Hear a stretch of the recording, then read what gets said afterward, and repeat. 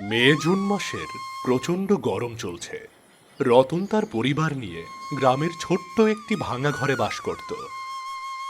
দিনমজুরের কাজ করে কোনো রকমে টানাটানি করে সংসার চালাচ্ছিল।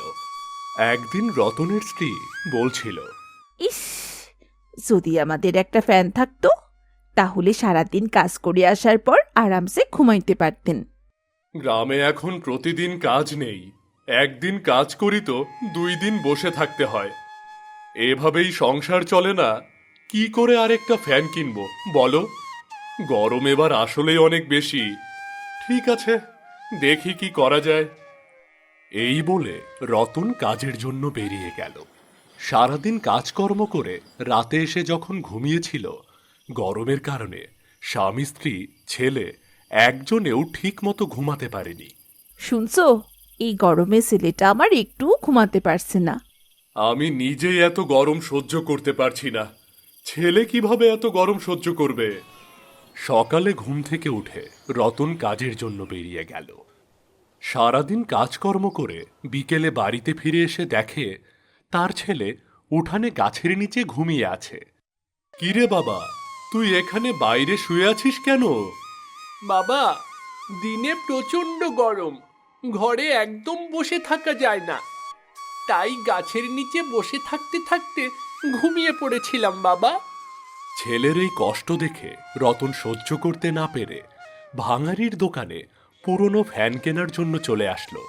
এই যে ভাই, আমাকে একটা পুরনো দেখে কম দামের মধ্যে একটা ফ্যান দিন তো। এই নাও ভাই, আমার কাছে একটাই পুরনো ফ্যান আছে। ভাই, এটার দাম কত? 200 টাকা। ভাই, এটা কি জিনিস, এত সুন্দর ঠান্ডা বাতাস দিচ্ছে? ও, ওইটা, ওটা হচ্ছে কুলার। এটা দিয়ে ঠান্ডা বাতাস পাওয়া যায়। এটার দাম 20,000 টাকা, বুঝলে? 20,000। দাম শুনে রতন বাড়ির দিকে হাঁটা দিল এবং মনে মনে ভাবছিল, যদি আমার কাছে টাকা থাকতো তাহলে আমিও একটা কুলার কিনে আনতাম। ভাবতে ভাবতেই রতনের মাথায় একটা বুদ্ধি চলে আসলো। কই গো, শুনছো? এই যে আমি একটা ফ্যান কিনে আনলাম, তুমি এটাকে একটু পরিষ্কার করো তো, আমি একটু আসছি।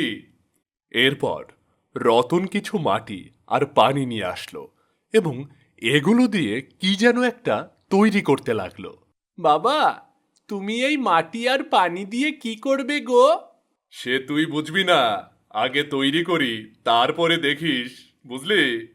আগের দিন যেটা তৈরি করেছিল, পরের দিন সেটাকে ব্যবহার করার জন্য সেটার ভেতরে ফ্যান লাগিয়ে নিচে পানি ঢেলে দিয়ে রতন তার ছেলে আর বউকে ডেকে নিয়ে আসলো। দেখো, এবার আমাদের ঘরে কিরকম ঠান্ডা বাতাস আসে। এটার নাম হচ্ছে মাটির এসি। বাবা, আমরা তো চাইলে এরকম আরো অনেক মাটির এসি বানিয়ে বিক্রিও করতে পারি, তাই না বাবা? যেমনি বলা তেমনি কাজ রতনের। রতনের বউ এবং তার ছেলে 3 জনে মিলে মাটি দিয়ে অনেকগুলো এসি তৈরি করতে শুরু করলো এবং তারা সেগুলো বিক্রি করে অনেক অনেক টাকা উপার্জন করলো এবং তাদের সংসারের সমস্ত দুঃখ সব চলে গেল এবং তারা সুখে শান্তিতে বাস করতে লাগলো। প্রিয় বন্ধুরা, আমাদের আজকের গল্পটি কেমন লাগলো তা জানিয়ে দাও কমেন্ট করে। আর নতুন নতুন গল্প পেতে আমাদের চ্যানেলটি সাবস্ক্রাইব করো আর পাশে থাকা বেল আইকনটি টিপে দাও। ধন্যবাদ।